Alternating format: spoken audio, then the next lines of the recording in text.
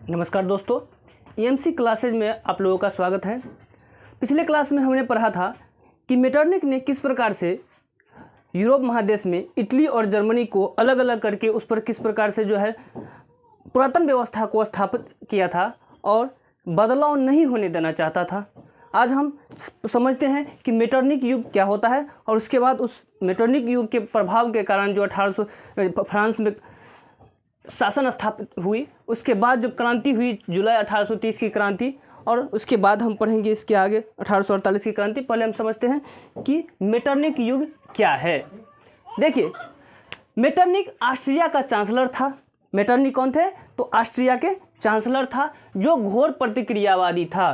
घोर प्रतिक्रियावादी का कहने का मतलब कि यदि जनता किसी प्रकार से सुधार चाहती थी तो उसका विरोध करने के लिए हमेशा तैयार रहते थे। तो ऐसे शासन व्यवस्था को ही घोर प्रतिक्रियावादी कहा जाता है, कि जो जनता के हित के बारे में नहीं सोच करके जनता को हमेशा दबाना चाहते हो। यदि किसी प्रकार से वो अपना उत्थान चाहता हो तो उसको दबा दिया जाता है।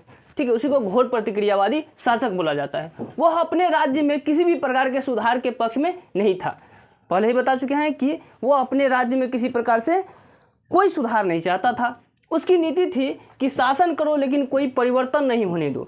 उसका मानना था कि शासन करते रहो लेकिन अपने क्षेत्र में, अपने जो जहाँ पर शासन कर रहे हैं उस क्षेत्र में बदलाव नहीं होना चाहिए। जो पुरातन व्यवस्था है उसी को लागू रहना चाहिए, कोई बदलाव नहीं आना चाहिए, कोई गणतंत्र नहीं होना चाहिए, जनता का कल्याण के बारे में नहीं सोचना है। सन 1815 ईस्वी से 1848 ईस्वी तक के काल को यूरोप इतिहास में मेटरनिक युग के नाम से जाना जाता है। इस प्रकार से 1815 से लेकर के, जहाँ से वियना सम्मेलन हुआ था 1815 में, उस समय से लेकर के 1848 तक के समय को हम मेटरनिक युग के नाम से जानते हैं। यूरोप के इतिहास काल में मेटरनिक युग के नाम से जानते हैं। अब देखिए आगे क्या है। तो जुलाई 1830 की क्रांति, इसी मेटरनिक ने क्या किया था? तो 1824 ईस्वी में मेटरनिक ने ही लुई 18वां को फ्रांस का राजा नियुक्त किया था। जिस समय में वियना सम्मेलन हुआ था, वियना संधि के समय में ही, सम्मेलन के समय ही ये लुई 18वां को फ्रांस का राजा बनाया गया था। लेकिन 1824 ईस्वी में लुई 18वां की मृत्यु के पश्चात फ्रांस के राजा के रूप में चार्ल्स दसम बना। ठीक है, चार्ल्स दसम फिर पुनः कोई राजा, एक राजा मरता है तो दूसरा राजा का आना स्वाभाविक सी बात है, नहीं तो शासन नहीं चल पाएगा। इसीलिए जैसे ही 1824 ईस्वी में लुई 18वां की मृत्यु हुई, उसके बाद चार्ल्स दसम फ्रांस का राजा बना, जो एक निरंकुश एवं प्रतिक्रियावादी शासक था। वो भी एक क्या थे? निरंकुश एवं प्रतिक्रियावादी व्यक्ति थी। जिस पर, निरंकुश का मतलब होता है वैसे व्यक्ति जिस पर कोई अंकुश नहीं लगाया जा सके। ठीक है, जिसको कोई अपने काबू नहीं कर सकता है, कोई अपने अंदर नहीं रख सकते हैं, उस पर कोई किसी का कंट्रोल नहीं रहता है, तो उसे हम निरंकुश व्यक्ति कहते हैं। एवं प्रतिक्रियावादी तो पहले भी बता चुके हैं कि वैसे व्यक्ति जो जनता का हमेशा विरोध करते रहते हैं। इसके काल में इसका प्रधानमंत्री पोलिग्नेक ने लुई 18वां द्वारा स्थापित समान नागरिक संहिता के स्थान पर शक्तिशाली अभिजात वर्ग को विशेष अधिकार प्रदान किया। इसने क्या किया? तो अपने प्रधानमंत्री के रूप में नियुक्त किया था पोलिग्नेक को। पोलिग्नेक ने क्या किया? तो लुई 18वां, हम पिछले क्लास में बता चुके हैं कि लुई 18वां ने एक संवैधानिक नागरिक संहिता, संविधान के अनुसार नागरिक संहिता लगाया था, जिसमें सभी समान नागरिक संहिता का मतलब था कि सभी व्यक्तियों को समान अधिकार मिलना चाहिए, कि जो भी किसी प्रदेश में रहते हैं तो सबका अधिकार समान होना चाहिए। लेकिन उसके स्थान पर उसने क्या किया? तो शक्तिशाली अभिजात वर्ग को विशेष अधिकार प्रदान किया।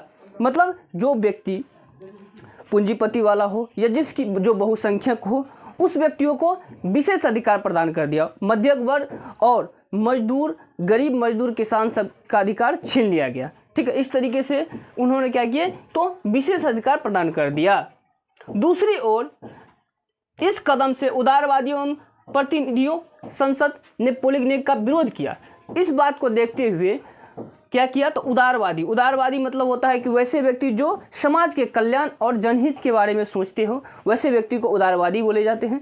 तो उन लोगों ने क्या सोचा कि ये एक गलत कदम है, जो समान नागरिक संहिता को हटा करके शक्तिशाली अभिजात वर्ग को केवल विशेष अधिकार देना, ये अच्छी बात नहीं है, ये जनता के अधिकार का हनन है। इसीलिए उन्होंने उसका विरोध किया, पोलिग्नेक का विरोध किया उदारवादियों ने। और चार्ल्स दसम ने 25 जुलाई 1830 ईस्वी को इसके मतलब जो है विरोध में चार्ल्स दशम ने फिर अगला कदम क्या उठाया, तो उन्होंने 4 अध्याय देशों के द्वारा उदारवादियों को दबाने का प्रयास किया। मतलब उसके विरोध में 4 कानून पारित करके जितने भी उदारवादी आवाज़ उठाने वाले थे उनको दबाने का प्रयास किया गया।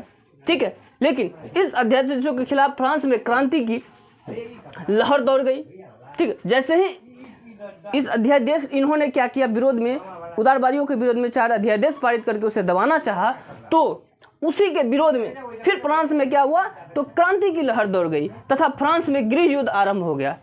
जनता ने देखा, सभी लोग मतलब जो है उस शासक पर उलट गए और प्रधानमंत्री को झुकना पड़ा, और इसे ही जुलाई 1830 की क्रांति कहा जाता है। इस प्रकार से जो गृह युद्ध आरंभ हो गए, उसी के साथ ही क्या हुआ, तो वह एक बहुत बड़ा रूप ले लिया और क्रांति का रूप ले लिया, जो क्या कहलाया, 1830 की क्रांति कहलाया। ठीक है, इस क्रांति के परिणाम स्वरूप चार्ल्स दशम फ्रांस की गद्दी छोड़कर के कहाँ भाग गए, तो इंग्लैंड भाग गए। जैसे ही देखा कि हमारी पराजय हो गई, तो चार्ल्स दशम ने गद्दी छोड़कर इंग्लैंड पलायन कर दिए। और इसके साथ ही फ्रांस में बुर्बो वंश के स्थान पर ऑर्लेंस वंश के शासक लुई फिलिप ने उदारवादियों, पत्रकारों तथा पेरिस की जनताओं के समर्थन से सत्ता प्राप्त की तथा उसकी नीतियां उदारवादियों के समर्थन से संवैधानिक गणतंत्र की स्थापना करना था। देखिए, जैसे ही वो पलायन कर गए, तो उसके बाद बुर्बो वंश का जो है शासन खत्म हो गया और एक नए वंश ऑर्लेंस वंश की स्थापना हो गई, जिसके शासक फिर बने लुई फिलिप।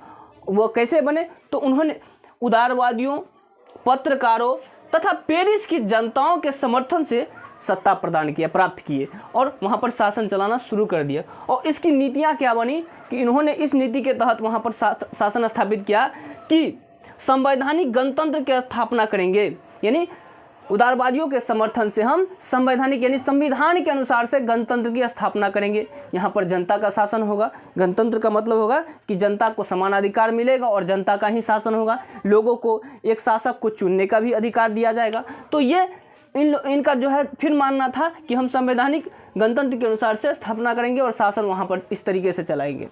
ठीक है, पोलिगनेक का जो है शासन शुरू हो गया इसके बाद। लेकिन आगे चल कर देखेंगे कि पोलिगनेक भी जो है इस शासन में सफलता नहीं प्राप्त कर पाए।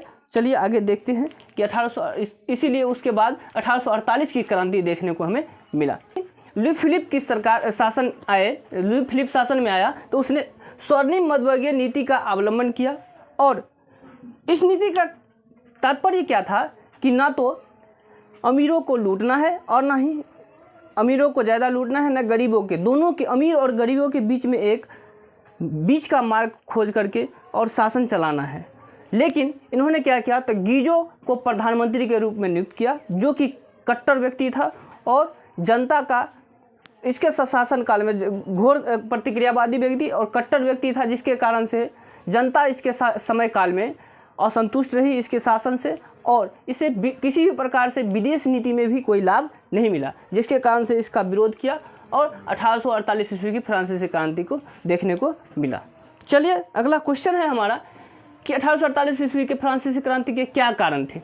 एक एक करके समझते हैं कि क्या कारण था। सन 1848 ईस्वी के फ्रांसीसी क्रांति के कई कारण थे, जिनमें से कुछ प्रमुख निम्नलिखित हैं। पहला नंबर है हमारा मध्य वर्ग का शासन पर प्रभाव। मध्यम वर्ग का शासन पर प्रभाव होने के कारण, चूँकि मध्यम वर्ग शिक्षित मतलब जो है लोग होते थे, जिसमें टीचर, शिक्षक, वकील, ये सारे कुछ जो है जो एडुकेटेड होते थे और गवर्नमेंट जॉब वाले व्यक्ति होते थे, वे लोग होते थे, जिनका प्रभाव होने के कारण मध्यम वर्ग का जो है शासन पर प्रभाव होने के कारण जो है उसमें फ्रांसीसी क्रांति को और बल मिला। राजनीतिक दलों में संगठन का अभाव, और साथ ही राजनीतिक दल जो थी उस समय में ऑर्लेंस वंश की, ठीक है, उसकी राजनीतिक दलों में संगठन का खुद का संगठन का अभाव था। तीसरा कारण क्या था, तो समाजवाद का प्रचार। समय में समाजवाद का प्रचार प्रसार होने लगा, तो राजतंत्र में लोग जो है उससे अवश्य ही असंतुष्ट रहेंगे। ठीक है, अगला है हमारा लुई फिलिप की नीति। ठीक है, लुई फिलिप ने जो नीतियाँ लगाई थी, ये भी एक बहुत ही बड़ा कारण बना फ्रांसीसी क्रांति का। इस क्रांति में सबसे प्रमुख कारण लुई फिलिप की नीति और जनता में असंतोष था। लुई फिलिप ने जो नीति लगाया था, स्वर्णिम मध्यवर्गीय नीति, और उसके साथ साथ जनता में असंतोष की भावना, जो इसे किसी प्रकार से विदेश नीति में कोई लाभ नहीं मिला। विदेशों से जैसे व्यापार होता है जिसके कारण से जो है भुखमरी या बेरोजगारी जो है ख़त्म होगी, वो इस प्रकार से इसमें कोई फ़ायदा नहीं मिला। इसे किसी प्रकार से जो है लाभ नहीं होने के कारण जनता असंतुष्ट रही, असंतोष था। वह जनता की तत्कालीन समस्याओं को सुलझाने में असमर्थ था। जितने भी जनता के तात्कालिक समस्याएं होते थे उनको सुलझाने में ये असमर्थ थे। साथ ही जिसके कारण क्रांति का सूत्रपात हुआ। जनता के समस्याओं का आप निवारण नहीं कीजिएगा, नहीं सुलझाइएगा, तो उस सिचुएशन में आपकी सत्ता नहीं टिक सकती है। और इसी कारणवश जो है फ्रांस की 1848 ईस्वी की क्रांति देखने को मिला। और पुनः जैसे ही 1848 ईस्वी क्रांति हुई तो फिर से ये हमारे लुई फिलिप भी जो है फ्रांस को छोड़ करके इंग्लैंड पलायन कर गए। और इसके पश्चात इन्हीं दोनों क्रांति को देखते हुए जिस समय में 1830 की क्रांति या 1848 की क्रांति हुई, उसी समय में इटली में भी क्रांति के लिए जो है उस लगान खींचे थे।